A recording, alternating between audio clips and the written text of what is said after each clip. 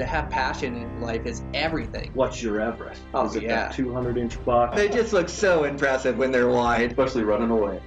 Welcome to this week's episode of Eastmans Elevated. It's like a think tank for outdoor activity. Sounds exactly like my hunting. Just always thinking about it, always trying to evolve it and make it better. Here's your host, Brian Barney. Hey, what's happening, guys? Got a brand new Eastmans Elevated for you. So today on the podcast, I have on the guys from Cutter Stabilizers. So these stabilizers have really helped fine-tune my archery setup. I can play with the length and play with the weight, and that affects the hold of the bow and also the reaction of the bow. So these things have been a game changer for me. So I'm happy to do a podcast on it. So I connect with Earl Stroh. I met Earl and have known him the last few years. And I'm sorry, Earl, I kept trying to throw an L in his last name, so you'll hear it when we start the podcast.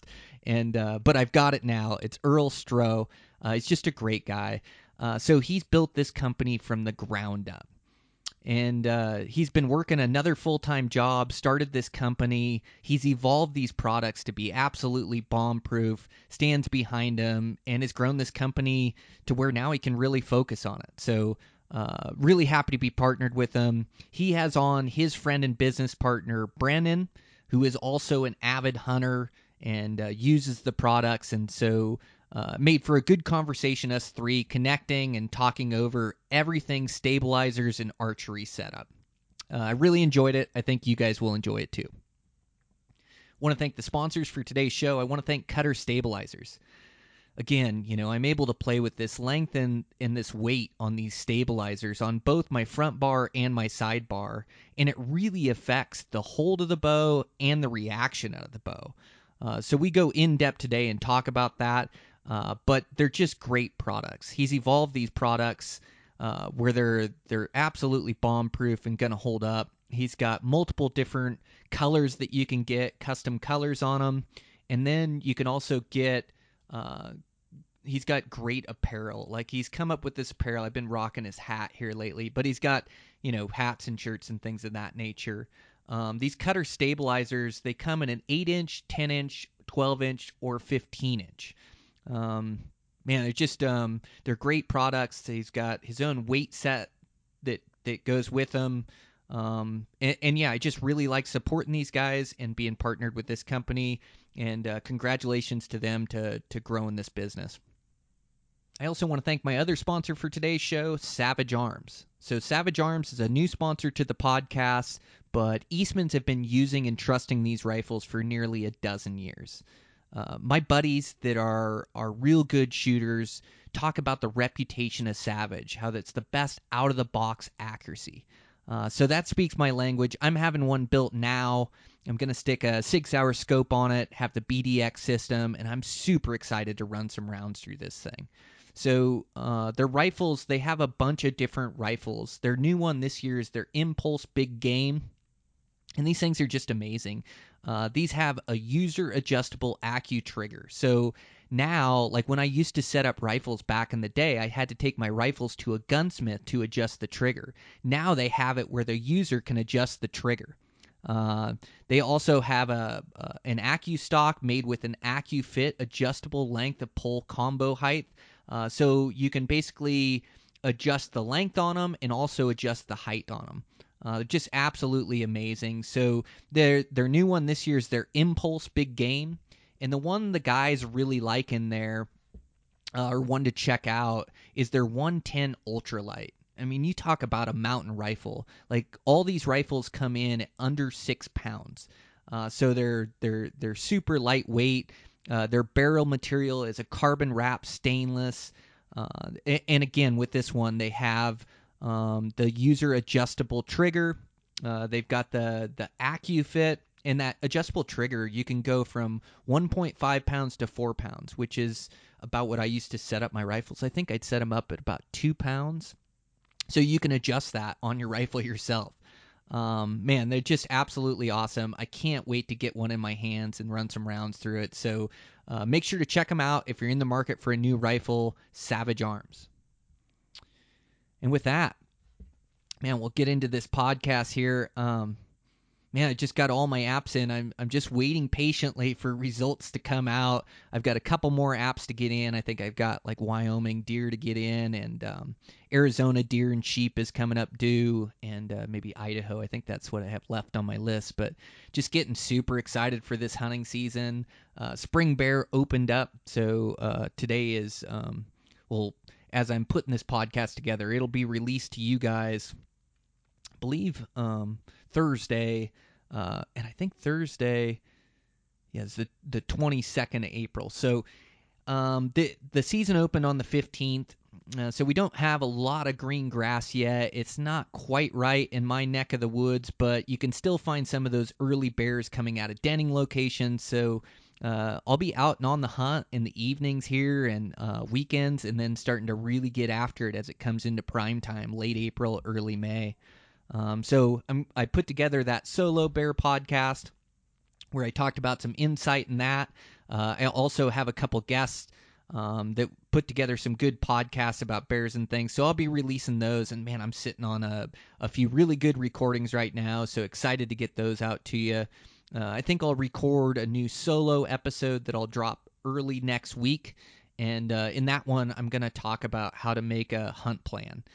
So now that tag draws are starting to come out, like just how I go about making my hunt plan for that hunt specifically. So should make for a good podcast. We'll get that out to you guys and keep things rolling. So podcast today, Earl Stroh with no L. Brandon, his friend and business partner, Cutter Stabilizers. I'm your host, Brian Barney, Eastmans Elevated. Here we go.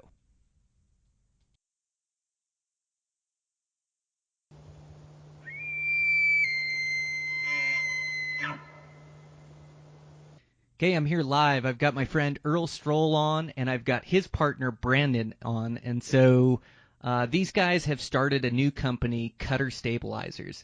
And I've been using these stabilizers now for the last handful of years. And I'm just so happy for these guys. They've been working a full-time job, and this is a passion project for them. And I've been working with Earl, like I say, using these stabilizers for the last handful of years, and he's come on board as a partner with Eastmans Elevated. So, man, thanks you guys for coming on. Yeah, thanks for having us. It's our pleasure. Yeah, so Earl, like we've been in contact for the last handful of years. We've worked through the evolution of these Cutter stabilizers. Man, I just think you're making such a great product that's so necessary for the archery market. So, man, I'm just so pumped to have you as a partner. Yeah, me too. And I still remember the very first time I ever talked to you. I was going through some really hard personal stuff with the loss of my younger sister. And you gave me some really encouraging words to get me out and just kind of appreciate the opportunity to be able to go hunt and gather my thoughts. And from there we kind of stayed in contact, and I came to you actually to do some prototyping when I was first trying to get that going. And there's not a lot of people I know that hunt more than you, so it was a good partnership, I think, and I'm really happy that we're at the point where we are now to be able to support you back. Man, that's so cool. Yeah, I can definitely put some wear and tear on some items. So yeah, no, I'm a great tester. I'm brutal on gear. I remember you flipped your motorcycle. I was like, oh my gosh, Brian, give me a break. That's right. I did break one of your stabilizers early on from flipping a motorcycle and landing on it, but that was not your fault. About as extreme as it gets. Yeah. But yeah, I'm just so pumped for you guys. Like this grassroots company that you had this vision and that you've kept to it. And man, it isn't easy in today's day and age to build a business. Like you've been at it for quite a while. When did you start building these, and when did you start Cutter Stabilizer? So we launched the brand in June of 2019. I was kind of screwing around with different prototypes and different designs. I think I made my first one in February of that year of 2019. I was working at a machine shop doing something totally not archery related. And you know how bow hunting kind of seems to sneak back into the forefront of our mind. I was trying to scramble to think of how I can take machining skills and bring it full circle back into the archery industry, if you will. And I came out with that first one and stuck it on the bow. I was like, man, this is going to be a game changer. I should probably pursue this. And that's kind of where we started, and things escalated quickly, you could say, from there. Man, Brandon, have you been on board since the beginning? Yeah. So me and Earl have been hunting together for years. We grew up two totally different styles. I'm from Wisconsin originally, so I was a tree stand whitetail guy, and I never, previous to meeting Earl, coming out, out west, hunting out west, a stabilizer actually was never a thing back home. Usually just got in the way, banging on a tree stand or something like that.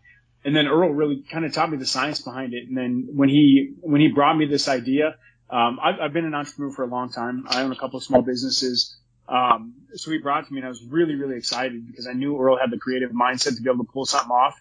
And I was fortunate enough to have some money at that time to be able to throw at a project.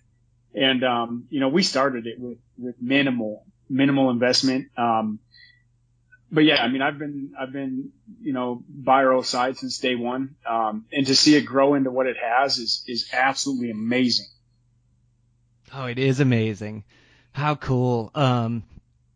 Yeah, it's like, you hit the perfect timing on the market too. Like, it's such a great idea is like you say, stabilizers, they weren't so popular in bow hunting. They were more popular for indoor archery, target archery, and really it's just in like the last 5 years that I've really seen it taken off. And not that I was the first to use a stabilizer or anything like that, but I started using these stabilizers early on. Like, I saw the benefit in it. And a lot of these stabilizers, guys would pay, $60, $70, $100, and it'd just be like a little rubber 8-inch stabilizer on the front to kind of dampen some of the vibration, but it didn't do anything for the hold or the reaction of the bow. And so I started paying attention to these tournament archers and 3D archers and their stabilizer setup, and it makes such a difference in the shooting and in the hold of that bow.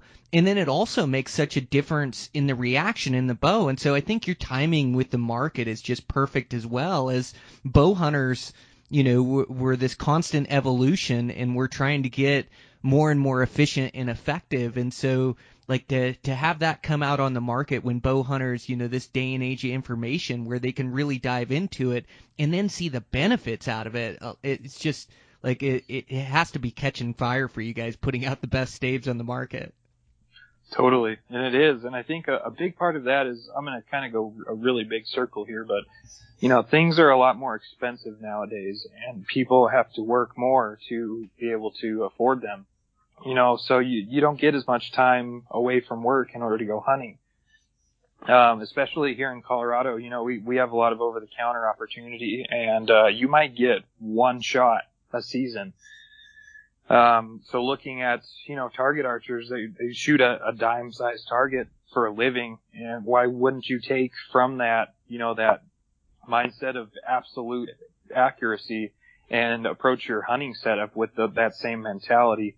So that's kind of where we were, is, I love to tinker with everything. I've had 5 bows in the last 2 years. I think that's just part of that enjoyment of playing around and experimenting with my setup. So I think taking that to the mindset of creating a stabilizer to give the bow hunter, target accuracy with unmatched durability and lightweight, like that's kind of what we're going for, and that's what we nailed on the head. And there's nothing really out there right now that we feel is gonna kind of come close to what we're doing. I think you're spot on.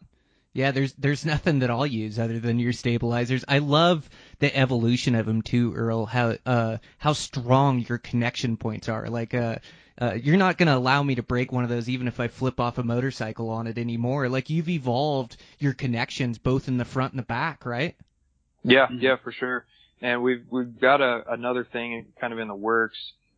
We're developing the bracketry to connect it to your bow, and that'll be coming out in mid-April for pre-order. And that's something that I've put in a ton of time into the design phase to make sure that the prototyping phase goes super smoothly.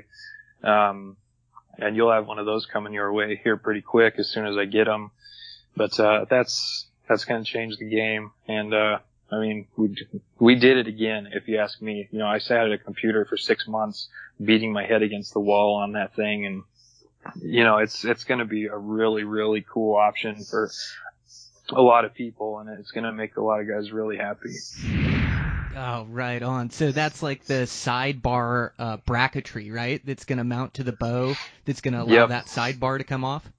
Yep, sidebar. It's going to have both, front and back quick disconnect options, so you don't have to unscrew the entire thing to put it in your case or put it in your truck or however you store your bow. I think a big thing for that is backpacking in. You have this.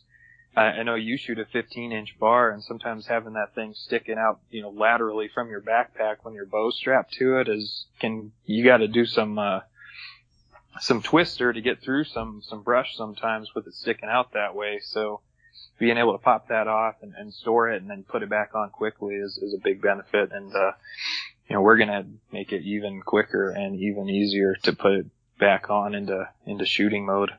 Oh, wild. And then I'm sure like the way your brain works, so we can probably adjust it up and down, left and right, to on that sidebar. Every axis of adjustment is going to be there, and you're also going to have the option to kind of fine tune those axes of adjustment in the initial setup process.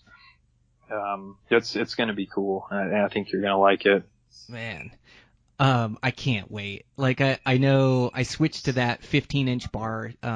You were talking about that. I definitely don't want to try one any longer, because every time I shoot a longer one, the better my bow holds and shoots, And I think I'm at about the max limit for bow hunters, but yeah, I'm shooting that 15 out front and that 12 in the back. I just notice a difference even from that 12 to 15 in the front.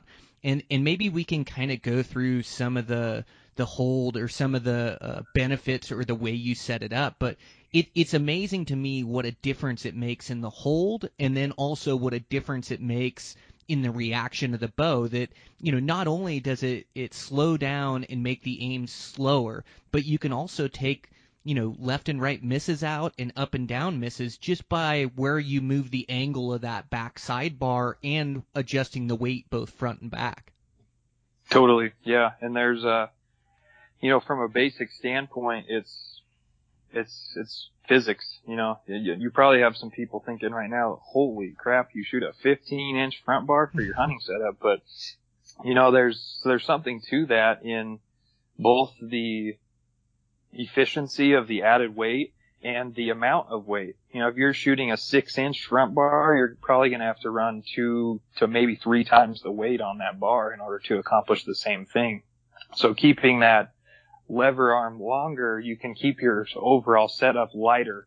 And, kind of an example for your 15 and 12 inch bars together without external weight, you're looking at like 5 3/4 ounces. So, it's, inconsequential for the length, the difference between our shortest and longest bar is, like 3/4 of an ounce. So that's out of the equation anymore. So I always suggest to shoot the longest possible bars that you feel comfortable with, and you'll be able to accomplish the same thing with less weight on those bars. Oh, it makes sense. Brandon, what's your setup? What are you running on those bars? Yeah, so I still I've never quite been able to get away from my tree stand roots. So I always get a little bit hesitant with the long bar. So I shoot a 10-inch with 3 ounces out front. And it works really good for me. Earl still hasn't quite got me on the back bar setup yet. But I know when these brackets are done, I'll definitely be running one. I love the 10-inch setup. It's always been my go-to. It's what I've shot best. But yeah, that's what I like. Yeah, well, it's the neat thing is that we're all individuals and we all have individual preferences. And so, like, as we set up our bow, you start to find like what's important to you and what's not. And like you say, a sidebar isn't right for everybody, and a 15 isn't right for everybody. And a lot of people will pick up my bow and go, "Man, that's too heavy," because I add weight to it. I think I shoot 10 ounces on the back and 6 on the front. So, my bow's fairly heavy, but just like you were saying in the beginning, Earl, about, making good on those opportunities is I mess with my bow. I want it to be the very best shooter, and that's my money maker. Like on these hunts, all these successful hunts come down to making a shot. And those stabilizers just give me the confidence that I know I'm shooting, the most accurate, most forgiving bow I can shoot. So for me, the 15 and the 12 work perfect. What are you running, Earl? So I've pretty much tried every single combination that there is. I really like the 15 and the 12 for 90% of the year. 3D season, it's awesome. What I found that works the best for me is a 12 front and a 10 back. It just gives me a little bit more versatility. We hunt almost a month and a half of the season in a tree stand in Nebraska, so I don't want to screw around with retuning my bow and going back to that for just that one application. So the 12 inch and the 10 inch is kind of a good in-between ground. And another thing that I actually did last year is we had a ground blind set up in a particular area, and that 12 inch bar was kind of tough to get into that ground blind. So all I did was I swapped my front and my back bar. So I had the 10 inch on the front and the 12 on the back. And, your shots are going to be a lot shorter out of a blind, so you don't have to worry about that super long range aspect as much. And, it was way better. And just having that option to run multiple different setups with something that you've already purchased is a thing that a lot of people will overlook. But, again, it comes back to just experimenting and trying different things out. Yeah, sure. It's also, go ahead, Brandon. It's a big reason why we did the weights the way that we did the weights. So the weights are all interchangeable from stabilizer to stabilizer. If you have 6 ounces of weights from us, you can change it to run 2, 3, 4, 5, 6, whatever you want to do. It was a really good idea that Earl had with the weights when he came up with the idea. Oh, absolutely. Yeah. I mean, that's one of the biggest benefits of running your stabilizers is like a lot of the stabilizers that were being sold to bow hunters were just the weight they were. You didn't get to mess with the weights. You didn't get to stick 1 ounce extra on the front or 1 ounce extra on the back or interchange them or mix and match that weight. And so, like, it's one of the huge benefits of your stabilizers is it's set up like a 3D shooter or like a tournament shooter where you can really adjust the weight and adjust the reaction and the hold of that bow by changing those weights. So where I have 10 ounces and 6 ounces on the front, I mean, another guy, his setup might have 6 ounces on the back and 3 ounces on the front or whatever it is. And it just gives you something else to mess with when you're fine-tuning that bow. Like that's my final step of getting my bow set is really messing with my angles of that stabilizers and the weight on that stabilizers to get the best groups I can get. So what's the biggest stabilizer setup you've sold to a hunter so far, Earl? Oh boy, we've sold a ton of 12 inch and 10 inch combos, 12 front, 10 back. And, kind of going back to the weights is we offer them with, you can choose either 3 or 6 ounces with each bar that you purchase. So we'll get a lot of people that are purchasing, a 6 ounce weight set for each bar just to give them a few extra ounces to play around with. And, again, that customization is super important in order to figure out, a lot of people just take someone's word for it, but that's, we're in the day and age of being able to experiment with all these different options that are out there and really taking the time to figure out what's going to work best for you is a huge benefit. And, we're very strong advocates for that. And that's why we offer what we do. I also think adding weight to those stabilizers on the bottom half of that bow tends to balance out that bow, not only while you're shooting it, but it also balances it out for like holding your bow and hiking with it. So your bow isn't leaning. And I think that weight, like I think it's almost easier to have 8 extra ounces of weight than it is to have your bow lopsided and leaning at the top where you're constantly trying to maneuver it with your forearms, I know my bow is balanced perfectly and it carries really well that way. Totally. Yeah, that makes a ton of sense. And, with the longer bar on the front, we get a lot of questions on how do you carry that thing around without it digging into the dirt. And it's pretty simple. You just point the front bar up vertically towards the sky, and I stick my thumb on the shelf of the bow, and I just carry it that way. And with the bow balanced perfectly, it's kind of sits there. It's pretty nice. Well, I don't know. I can tell you, Earl, because I've already told you before you've sent me these stabilizers, but I do use your stabilizer as a walking stick as well. It's a 15-inch bar, and climbing uphill, I can almost stick that stabilizer in the dirt as I'm climbing up the hill. And anyways, like I know that I'm hard on your gear, but yeah, I use it as a walking stick as well. But it does help going uphill and things, being able to use it as a walking stick. I don't know if I should say that to help push your stabilizers, but they work for that too. They're definitely built durable. Yeah, totally. And we encourage people to use the heck out of them. That's why we have a lifetime warranty.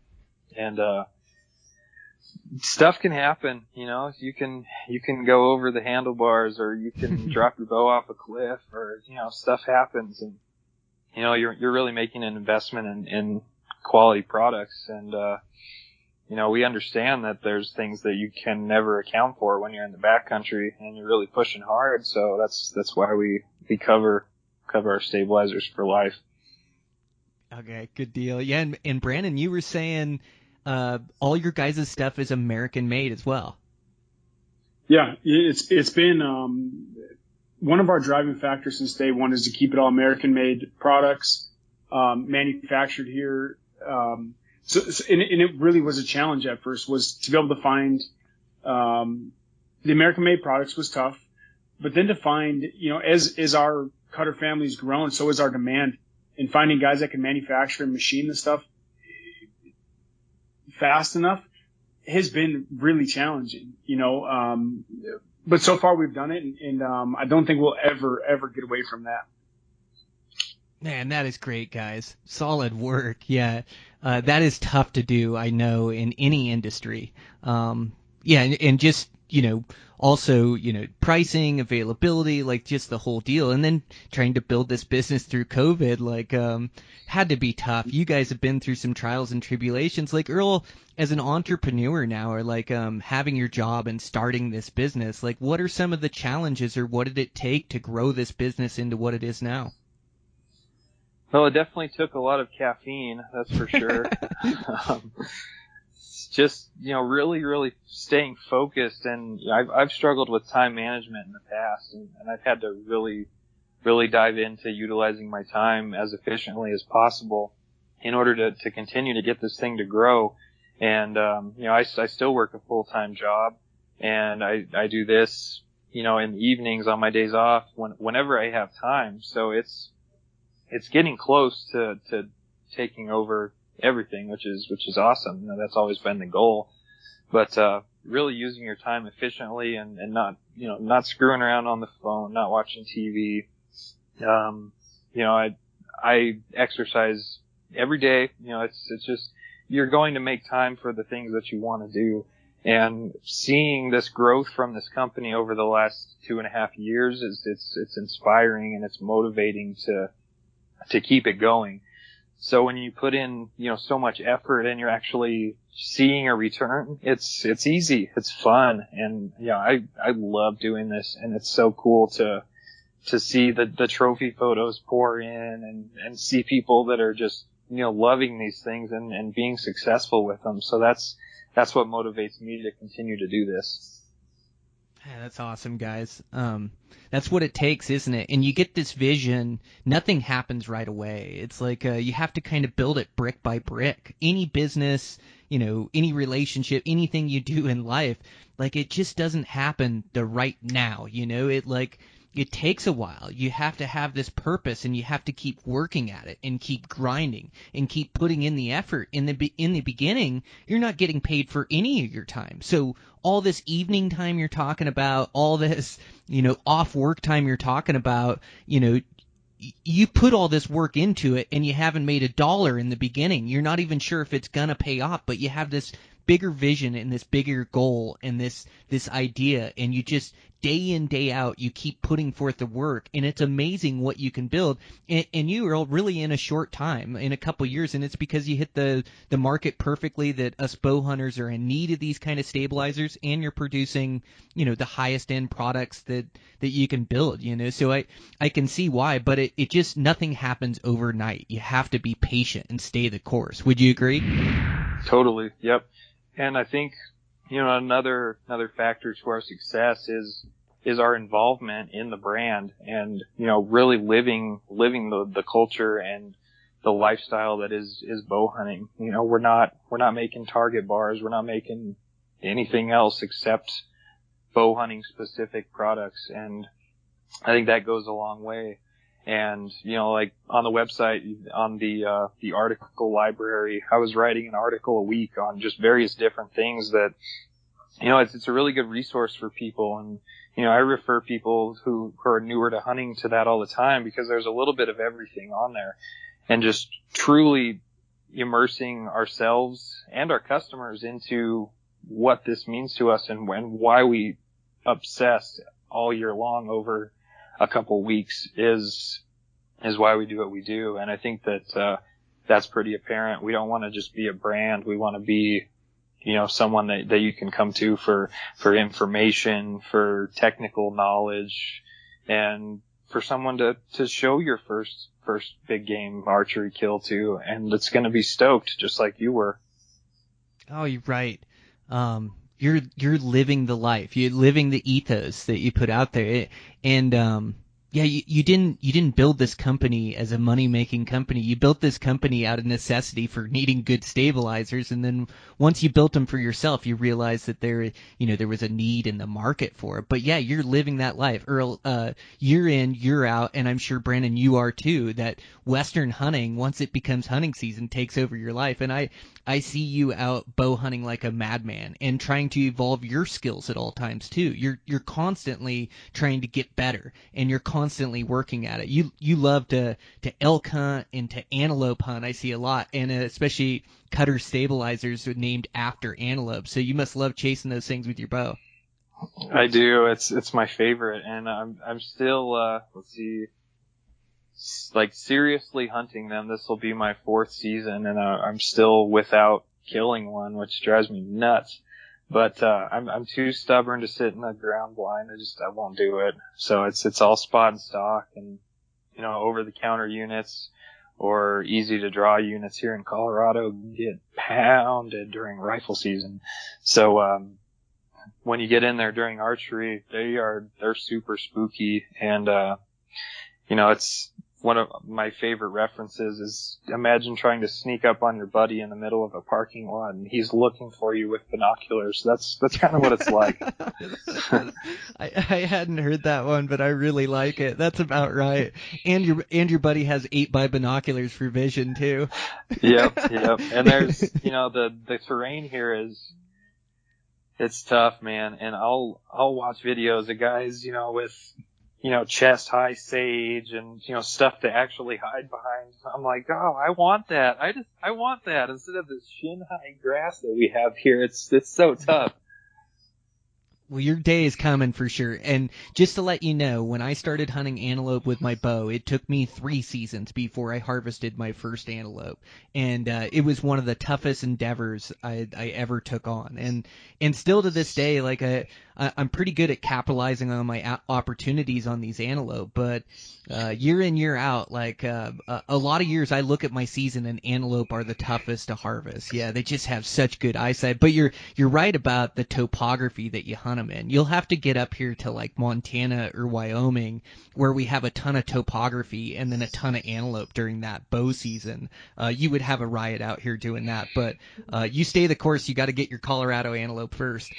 Yeah, I'm going to, and I've come close. Last year I skimmed one of them's back. It was the biggest one I saw all season. It was the last day, and he ducked my arrow. It's the third one that's ducked my arrow, so they've got a vendetta against me, and I just love it. It's just fun, such a high stock percentage, and it really teaches you a lot about how to read the topography and how to use what you have and how to, what you can and cannot get away with and when to move fast, when to move slow. There's just so much knowledge to be had there if you're willing to pull some cactus out of your elbows.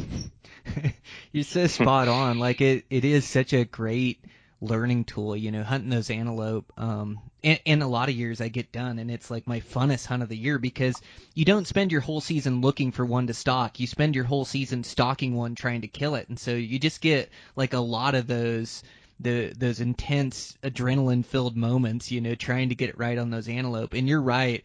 Man, they are good. Like they're like people, you can rifle hunt antelope, but when you take a bow and arrow after antelope, spot and stalk on the ground, like they're just made for like seeing danger inside that 100 yards. They're so switched on.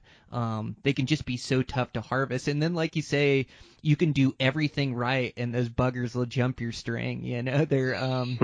They're so quick, and I've actually had to stop shooting in an antelope because he jumped my string 3 times, like the same antelope. And it was like, I can't even shoot at that thing anymore. I'm going to shoot my whole quiver at him. So they do jump the string pretty bad. I've said like 1 in 3 before, but that might be closer to 50%. Yeah. And I remember, I think it was 2 years ago or 3 years ago, I got into 67 yards on a buck, and it was just, picture perfect stalk. I spotted him from a long ways away, snuck up right behind the crest of a little hill, and I peeked over, and he was out there with 2 does, and I was super surprised that they were still there. It was an over-the-counter unit. His 2 does came into 40 yards of me, and he stopped at 67. I got a good range, and let it rip, and by the time my arrow got to him, he was 4 feet away. I did the math on that. That's 3/4 of a second. Gosh, that's crazy. Yeah, that's right. I've done the math on that feet per second as well. Yeah, 4 feet away in 3/4 of a second. Yeah, that's just that is insane. When antelope jump your string, it's not like they duck it like a whitetail will, because whitetail shots are usually closer out of those tree stands, and so like when you shoot at a whitetail, they duck to take that bound and to go, and your arrow ends up hitting higher over the top of them. But with antelope, most of the shots are, like you say, 40, 50, 60 yards, even out to 70 or so. And so, yeah, that by the time the arrow gets there, those antelope, they could have turned and take 3 steps before your arrow even gets there. They're so quick. Brandon, have you had a chance to chase them around there in Colorado as well? I haven't. Earl tries every year to get me to go out there and chase them around. And the allure of all the things that I'm allergic to mixed with getting poked in belly 3 hours, not quite there yet, but I'll get there. Oh yeah, you got to try it. Like you get hooked on it once you go out. So what's your big species or big hunt that you do in Colorado there? Are you an elk guy, mule deer guy, or do you still have those whitetail roots and just love to chase whitetails around? I spend 2 weeks every year chasing elk out on the western slope with some buddies back from Wisconsin. We've done it 3 years in a row now. But it takes a lot for me not to be in a tree stand pretty much half of October and November. I am addicted to whitetail hunting. I love it. Oh, good for you. It's again, we're all just individuals, and it's funny how something grabs a hold of us, you know. Antelope for you, Earl, and Earl, I know you hunt elk too, and you're real passionate about all your bow hunting, but it is funny how these species kind of grab a hold of us, you know, and how we enjoy them, and then that's what all our daydreaming goes to, and thoughts, and then we put all our effort into that.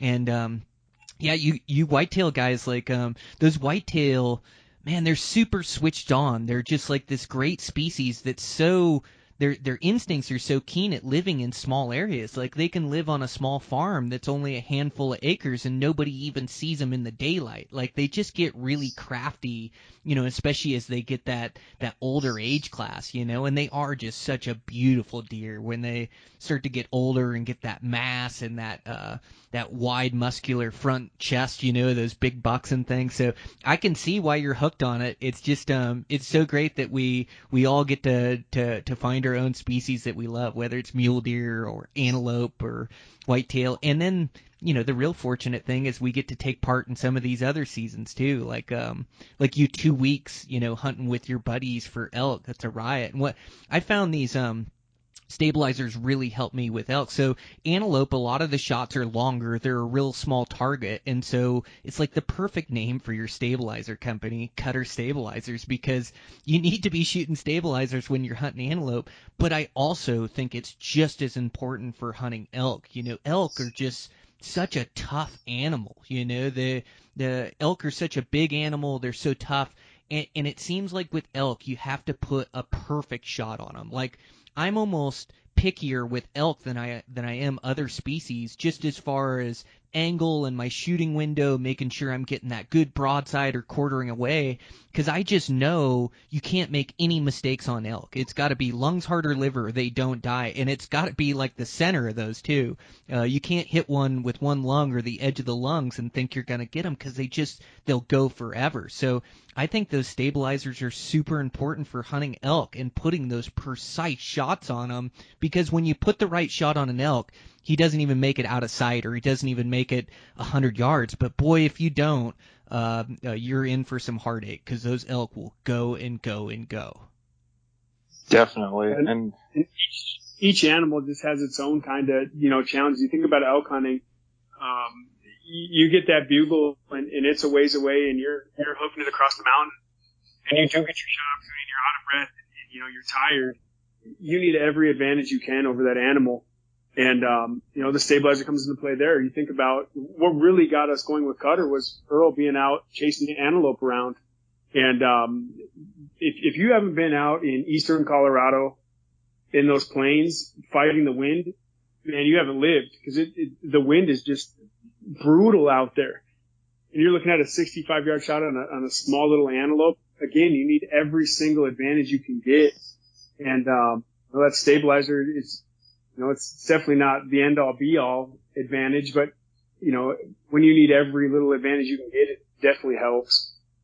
Oh, that's a really good point, Brandon. Yeah, I hadn't thought of that, but you're right. When you're hiking those mountains, like, you're never at your best taking those shots. You're always on uneven terrain, in the wind, and that's the other thing. I don't know if I already mentioned that, but your carbon fiber bars, they're such a small diameter that they catch way less wind than any other bar out there, which really helps on making those windy shots. But you're right, in just the hold of those stabilizers are going to help when those conditions are all working against you. It just gives you forgiveness in the bow. And you say it's not the end all be all, but I don't know. You can't take my stabilizers from me. Like, they're with me on every single hunt. Like, it just builds confidence in my bow and confidence in my shooting that I know I could shoot without a stabilizer, but I choose to never do that. Right. Yeah. Totally. You think about some of those older stabilizers with the big web, you know, it was all about design back in the day and how crazy cool you could make it look. And, you take one of those older stabilizers out east with those, you know, the big webbing, you know what I'm talking about. Mm-hmm. And you let that catch the wind, and best of luck. Tie a kite to the front of your, let it go. Oh, man. Yeah, you aren't hitting an antelope with that thing. And the wind's always blowing on that prairie, too. When you're hunting antelope, it seems like you always have a wind, you know? And so, yeah, you have to be able to shoot in that wind. But, yeah, They just help so much with every aspect of it. And I think it's like this newer age of bow hunting where all of us are looking into every advantage we can get. And especially, you need to be able to capitalize on opportunities, like Earl said in the beginning of the podcast. And these things just help you capitalize on those opportunities making your shot. So, man, I believe in them wholeheartedly. Totally. I think there's another place that it's often windy that you can probably relate to, and that's at 12,000 feet on top of a mountain looking for mule deer. Oh, man. It's always blowing up there. Well, and they're always such steep angle shots. They're always such a high degree of difficulty up there. And, yeah, that's where I started. That's where I really found the need for stabilizers and started looking into them and getting more of them because, shooting in the backyard is way different than shooting up there at 12, 13,000 feet on uneven terrain with the wind blowing and down a steep angle. Like that's a tough degree of difficulty shot. And stabilizers just help me to be able to make those tough shots. They just make for a more forgiving bow. So yeah, man, wholeheartedly. I just believe in those things. I know they make me a better shooter. So, and it is kind of fun when you're setting up that bow too, is not only getting the most forgiving settings and tuned into that bow, but then messing with that stabilizer. It's about a month process for me of moving that stabilizer around and taking group measurements and making sure I'm getting the most out of those stabilizers. But when I get all said and done, I swear I'm shooting the most forgiving setup out there. Yeah, and it's fun to just see it all come together, and then you get to the range or the 3D course in preparation for your season, and just letting those shots go and having them hit where you want. There's no better feeling in the world. And just entering that opening day of season, knowing that if you get an opportunity, there's a high likelihood that it's going to come together for you. It's pretty awesome. Man, I bet it's up to your 3D game. Yeah, it has. And 3D is fun because you get some of the the realistic angles and different distances, and there's no spot, and there's a lot of things that carry over really well. You're hiking around, so you got a sweat going, you might be a little out of breath, and you got people watching you, so it adds a little bit of pressure there. And we do those the Mountain Archery Fest. We have a booth at those events, and that's a pretty cool event. Getting to shoot at those the animals with the giant reproduction antlers of the Pope and Young records is just pretty awesome. Man, Brandon puts on a heck of a shoot, doesn't he, with that MAF? Yeah. I'm excited to make one happen this year. I got to team up with you. So you're going to be at a lot of the shoots and have a booth open there? I think we're going to be at all of them as far as I know, unless something falls apart. But isn't it interesting how many Brandons there are in this industry? It's become kind of funny for me. Yeah, that's like all you work with, Earl, is Brandon. I know, it's ridiculous. Got to start calling you guys by last name. How do I pronounce your last name, Brandon? Langowitz. Okay, it's gotcha. Good, strong Polish roots from back in the Midwest. I saw it on the screen and got scared to pronounce it at the beginning of the podcast, so I thought I'd ask you. I don't blame you. Every now and then it intimidates me as well. Yeah. Well, you guys are just putting out awesome products. Like, I can't wait to see that sidebar mount you come out with, and those cutter bars. Do you have a name for those cutter bars? Is that like an evolution, or they're just all standard bars now? Is that right, Earl? Yeah. So now they're we got 4 sizes: the 8, 10, 12, and 15, and they got kind of cool little practical names for where they're best suited, or so that the 8 inch is the Elevate Pro, 10 inch is the Utility Pro, the 12 is the Altitude Pro, and the 15 is the Pronghorn Elite. Oh, way cool. I like the names too. And where can guys find these at? So we're at cutterstabilizers.com is the main website. Instagram is Cutter Stabilizers Official or Cutter Stabilizers. We got both pages, and then I got a YouTube channel that someday I might have time to put some stuff on. Oh, way cool. Are you sitting on some footage? A little bit. I try to record all my hunts just more so for me to be able to go back and watch them. But man, that's a whole nother wormhole to dive down is the video stuff, and you really have to be committed to filming. My dad shot a bull last year, and I was standing over his shoulder without a camera in my hand because I chose to pick up the rangefinder for him instead of the camera. So it's you have to really commit to filming those things if you're going to do it.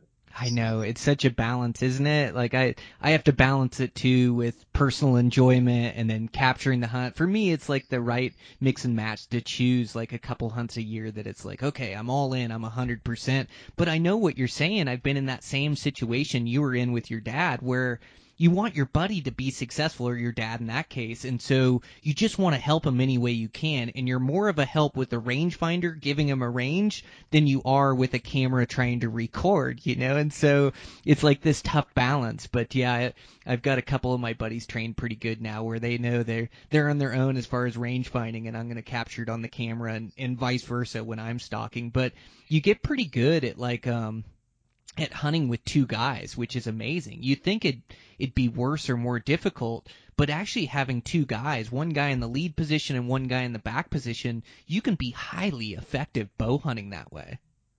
Yeah, that makes sense for sure. And I've had hunts where I told myself I was gonna film the entire thing, and then I've had hunts where, like last year in Nebraska, I purposely didn't film at all because I wanted to just sit there and enjoy it firsthand and, think about the experience and think about whatever I wanted to aside from filming. So I think it's, you got to do both, and you can't look through a lens in order to watch the hunt all the time. You have to really take it in and appreciate it, firsthand while it's happening sometimes. So true. Yeah, I mean, it's the reason we do it. And yeah, you can't get too caught up where, like you say, you're just looking through a viewfinder the whole time at wild planet Earth and what's going on around you, So they are fun to capture, but it's also fun to just go for the enjoyment of the hunt. What were you hunting last year in Nebraska? Oh, so there's whitetail and mule deer out there on the majority of the properties that we're able to hunt. But mostly whitetail. There's only one of them that has muleys on it too, and they seem to kind of be in a couple different stands, but not all of them. It's pretty interesting. But that's one thing I never thought I'd get into whitetail hunting from a tree stand until I went and did it, and now that's one of my favorite hunts out of the year. It's kind of like you say, when whatever you're hunting, that's your favorite at that time. It's just, they're all cool. They're all so much fun. Oh, I like that too. Go ahead, Brandon. A little tree stand therapy. Yep. Man, that's it. Well, and it's not easy either. Like, it's such a chess game for those whitetails and hunting out of a tree stand of where you'll sit, not second guessing it, and it's a different kind of toughness. It isn't like a toughness where you have to put on 1,000,000 miles or climb to the top of this peak. Like, the grind is different. It's a mental grind. It's like a day in, day out. It's a all day sit. It's a making yourself stay there and then believing in the place that you choose and not second guessing, go, oh, I should be over there. The grass is greener over there. It's such a chess match, and it's such, it's endurance based as well, as you have to put so much time and so many hours into those stands. And then, like, I always thought, oh, well, you sit in a tree stand, well, then you have a really good opportunity when you see those deer. But those deer are switched, those whitetails are switched on, and they know to look up nowadays. And so it's almost like being on a stalk on a deer. Like, when they come into range, you can hardly move. They pick up that movement up there, and then that can blow the whole scenario. So, like, having a whitetail in range is one thing. Like, getting a shot at them is a whole nother thing, just like Western hunting. Like, getting into bow range is one thing. Getting a shot at that animal is a whole nother thing, with them moving and getting the right angle, and then picking, like, the right time to try to draw your bow or to try to capitalize on that opportunity. I mean, there's a reason why there's more whitetail hunters in the United States than anything else, because it's fun and it's challenging, So, man, I see it. Good for you. You try to make that trip every year, Earl? Yeah, we go out there.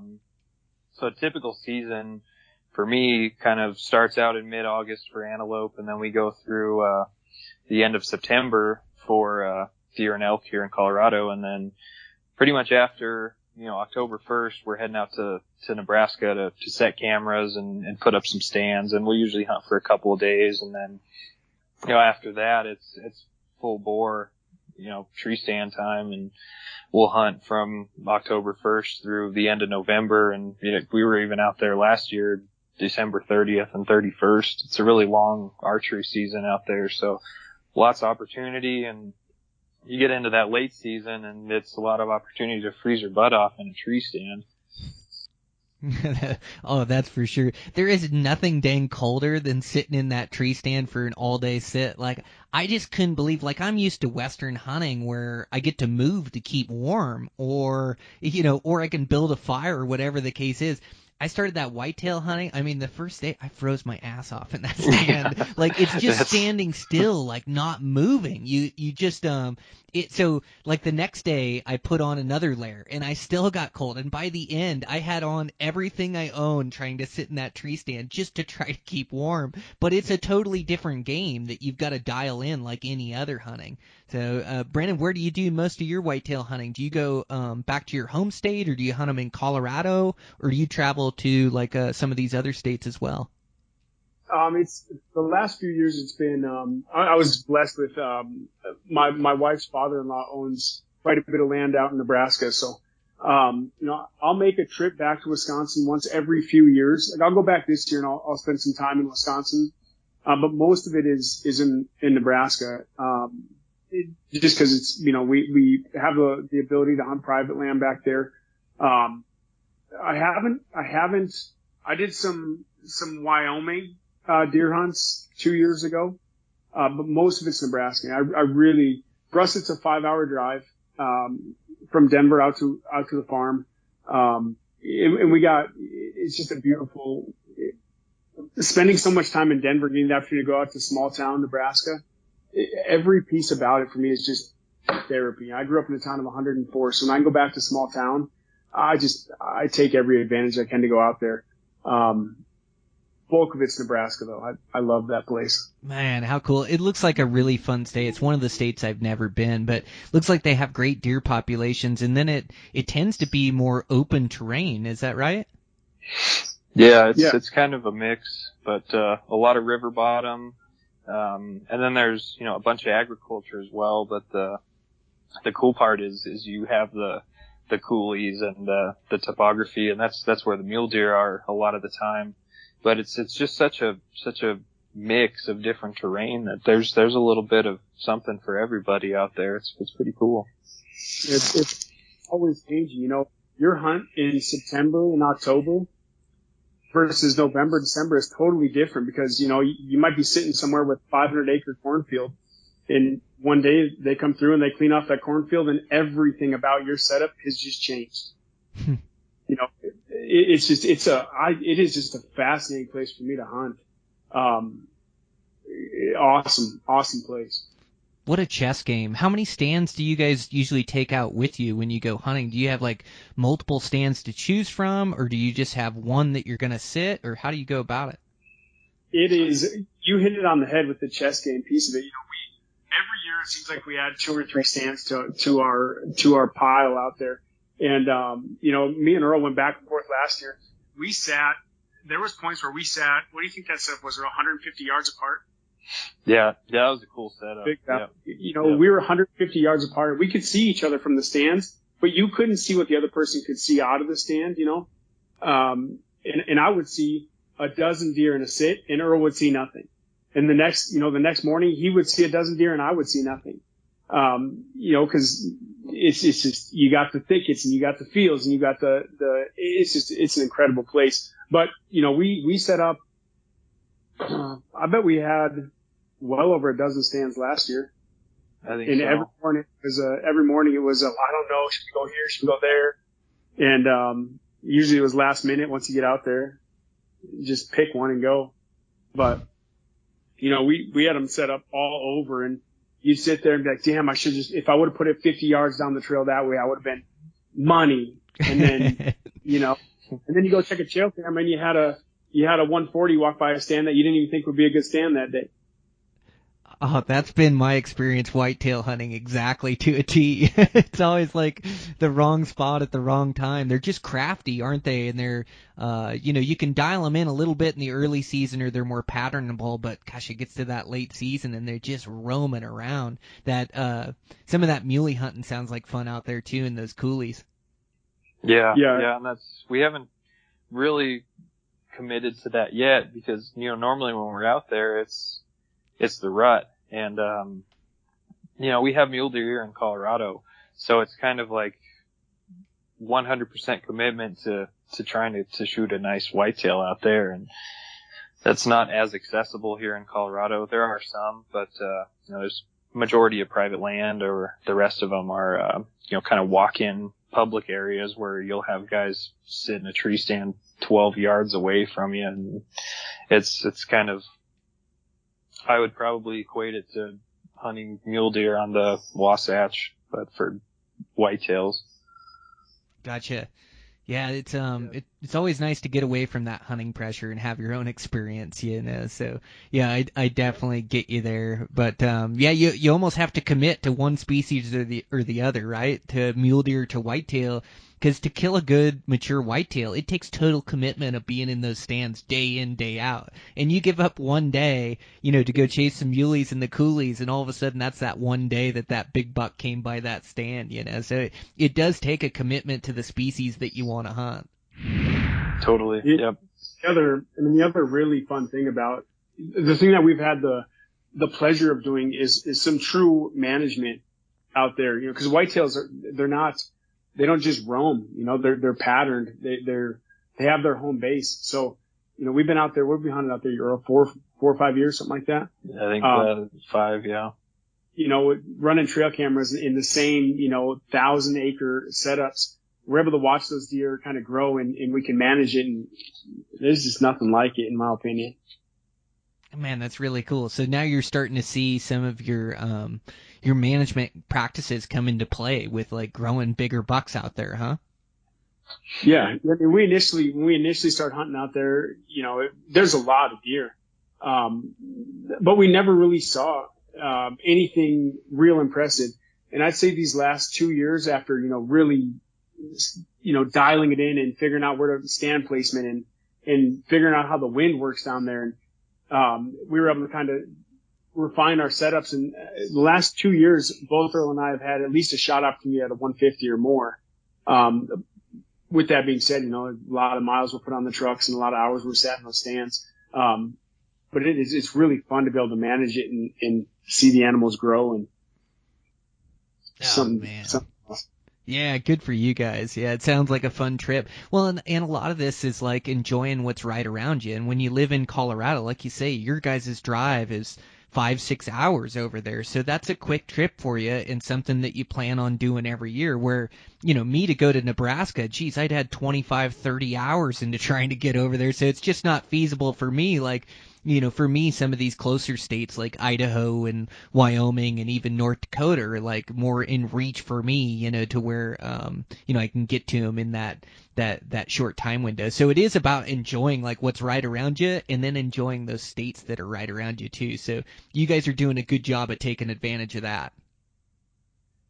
Sure. Yeah. And it's fun. And, a struggle that personally I have is, I have a lot of 2-day hunts, a lot of 3-day hunts because, starting a business really doesn't create more time. Imagine that. But, so I have to do a lot of recon, as much scouting as I possibly can. And I think unfortunately for my schedule last year, I was bitten by the high country mule deer bug. So, that's gonna take up a lot of time this summer for me is getting into this unit as long as I draw the tag, which I should, but, spend as much time over the summer in there as I can and just making the most of those 2-3 day hunts. And then I go out, hunt elk with my dad. That's been a thing that I've done since I started bow hunting, 18 years ago. So I haven't missed a year with him. And it's just making the most of the hunting time that you do have. Not everybody has a month off of work to be able to commit to a hunt. So you have to try hard when you're there. get up early, go at it all day long, go to bed late, and I've been successful on elk 2 of the last 4 years, and every year for deer, and it's because of my commitment to this and the amount of time that I spend preparing for those short hunts. Yeah, Earl, you couldn't be more spot on. Yeah, that's like exactly right. And, and I'm pretty fortunate to get a lot of time nowadays, but it wasn't always that way. And like you say, you start a business, it doesn't create more time. It creates more responsibility and less time, So while building my construction company, man, I was just pressed. I've been a weekend warrior almost my entire life. Like I'd have 1 week that I could take off a season, and sometimes I'd go to take off that week. And, back when I had a boss, I remember I was going to take off September. I had told him about it in the summer. And then when it came time, he said, you can't take off and we need you here, like had to cancel my vacation. So man, I feel you, that weekend warrior, like, that is who I am. That is like, how I accomplish most of my bow hunting feats are just like you say, making the most of your time. And that's not only hunting time, but that's scouting and research and having a good game plan. And then just like you stated it perfect. But once you're on those hunts, you got to give it your all. You got to put forth maximum effort and just try to give yourself a chance at success. So you couldn't be more spot on. It's one of the things I love, man, is like you're grassroots. You're just one of us that loves to bow hunt and came up with this idea for a business, and now have put in this time and effort and building this great business that hopefully is going to get you some more free time in the future. Yeah, that's the goal, and I think I might be able to take off September this year. That's been my goal, and we'll see how it goes, but. That's always been a goal of mine, is to be able to take off the full month and just do what we love. And I'm sure once I do that, I probably won't want to work in September ever again. But it's the dream, and we're working towards that dream every day, and it's becoming closer and closer and more attainable every single day as well. It's such a super cool feeling, and the sense of accomplishment that I feel. And I'm just, I'm grateful. I'm grateful for the support of our customers, for the support of people that believe in this vision like I have. And it makes me so happy, and it makes me want to work twice as hard. Oh man, so happy for you. Yeah. Man, you just built you build the best stabilizers, those Cutter stabilizers, and you're just a really good, hardworking person. So I'm just so excited to be partnered with you, and hopefully can get some traffic your way of other hardcore bow hunters that haven't heard of your stabilizers before. And man, I just want to continue the relationship. So you just let me know whenever you want to come on the podcast, and we'll record another one. But I really appreciate you, and man, I'm a huge supporter of your stabilizers and your company, and just couldn't be happier partnering with you. So man, just wish you all the success.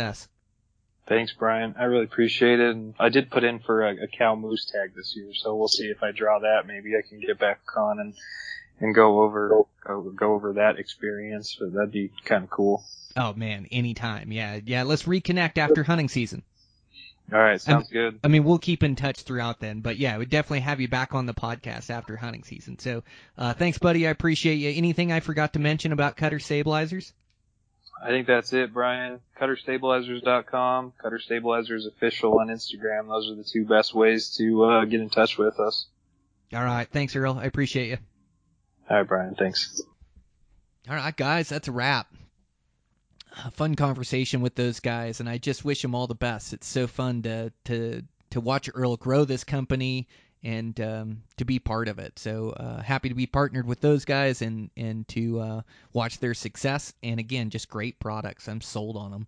I've been using them the last few years, and that 15 out front, 12 in back is a shooter setup. Let me tell you, that thing just holds, and then such forgiving reaction out of the bow. So I'm just super pumped at them, or on them. And they have absolutely everything you need for sidebar stabilization. Sidebars are getting more popular. I mean, 10 years ago, you didn't see anybody hunting with a sidebar. And now I'd say it's probably half and half. And So yeah, it's fun to watch the trends of the bow hunting world, and stabilizers are definitely one of them. And Cutter definitely fills a niche in that industry. So thanks to those guys for coming on the podcast and sharing. And make sure to go check them out, Cutter Stabilizers. Also, make sure to check out Savage Arms if you're in the need of a new rifle. Super psyched to get one built up. I mean, I am such a bow hunter at heart, and I love these archery hunts, but I go hunting with buddies that use rifles, and it'd be nice to just have one that's all set up for them that I trust. Also, my daughters. And then there's some hunts that are just necessary with a rifle. And so, I always take on these bow challenges, but something like wolf hunting in the winter, that is a rifle hunt. And so that is one I will be using a rifle on, getting this thing built for that. And then also, I hunt a lot of general rifle seasons. Like I hunt Montana for deer, late season general rifle. And, hunting it with my bow, if something was to happen, I could always finish the deal with the rifle. So, like, if I was to hit a deer bad and he was wounded or something like that, I should have a rifle in my truck that I can go grab, that I can trust, that I know can shoot, that I can finish the deal if need be. So there's a few of these instances where I can really use this thing, and who knows? There's so many opportunities with different weapons out there, and that I may take on, I may find something else that works perfect for that rifle. So I'm super excited to get this thing built and run some rounds through it. These things are just known for their out-of-the-box accuracy, so pumped to get one built up. So if you're in the market for a new rifle, make sure to check out Savage Arms. That one that those Eastmans guys really like is that 110 Ultralight. Let me pull that thing up. Yeah, 110 Ultralight, man, that thing looks like a sweet rifle. Under 6 pounds, just a great mountain rifle with great accuracy. So super pumped to be representing those guys as well. And thanks to you guys for the support. Man, I just can't wait to come into this hunting season. I've been fishing quite a bit. Spring's my season for fishing, but haven't been neglecting my training. Just getting a bunch of shooting, a bunch of running in, getting in my weight training. And then too, like I love chasing this big browns and fly fishing across the West. And you can check out my other fly fishing specific podcast. I'm sure I've mentioned it to you guys a bunch, but Eastman's Flycast, super fun. I had Dylan on talking about one of our epic trips from the spring, and then I have him back on this week talking about another epic trip we did together, where he came over to my neck of the woods and we fished a couple different systems and got them pretty good. So, super fun, and love doing that in the off season. And so just kind of finishing up that spring fishing season and now starting to get after those spring bears. Can't wait to chase those things around. And I'm on a good streak with bears in my bow. And I got a really good one last year. I was so pumped on, just big old pumpkin head on them. So looking for a special bear this year. Gosh, I'm losing my mind. Looking for a special bear this year that's got a big pumpkin head that I'll be psyched with. And so really, I'm just going to get a bunch of hunting days looking for that one bear that I know will be my dream bear. So can't wait. Going to help buddies along the way. So starting to put together dates for when guys are coming out and hunting together, and should be super fun. And it all kicks off now. So we'll get a good spring season in here and then start looking towards fall and preparing for these big fall hunts. I cannot wait. So hopefully the tag gods are good to me and good to you, and we end up with some good hunts this season. So thanks you guys for the support. Thanks for the reviews, iTunes, and different podcast hosting site. It really helps out. And means a ton to me as well. It helps the podcast, and I get on there sometimes and I read some of the negative ones, but you just can't get stuck in those negative ones. It's not good in life either. It's like it just is what it is. It's like the bigger you get, either people like you or they don't. And that's fine. But those 1-star reviews, gosh, they just hurt the podcast, and I guess it just invoke those feelings in some guys. But gosh, I just don't go out of my way to spread negativity. But that's not the world we live in. It just is what it is, and I've just got to handle it, But it means a lot, the support and positivity from you guys, social media, on the podcast, and just want to keep putting out the absolute best content I can that helps make you guys successful. So, thanks for the support. That's a wrap. I'll check in with you guys next week.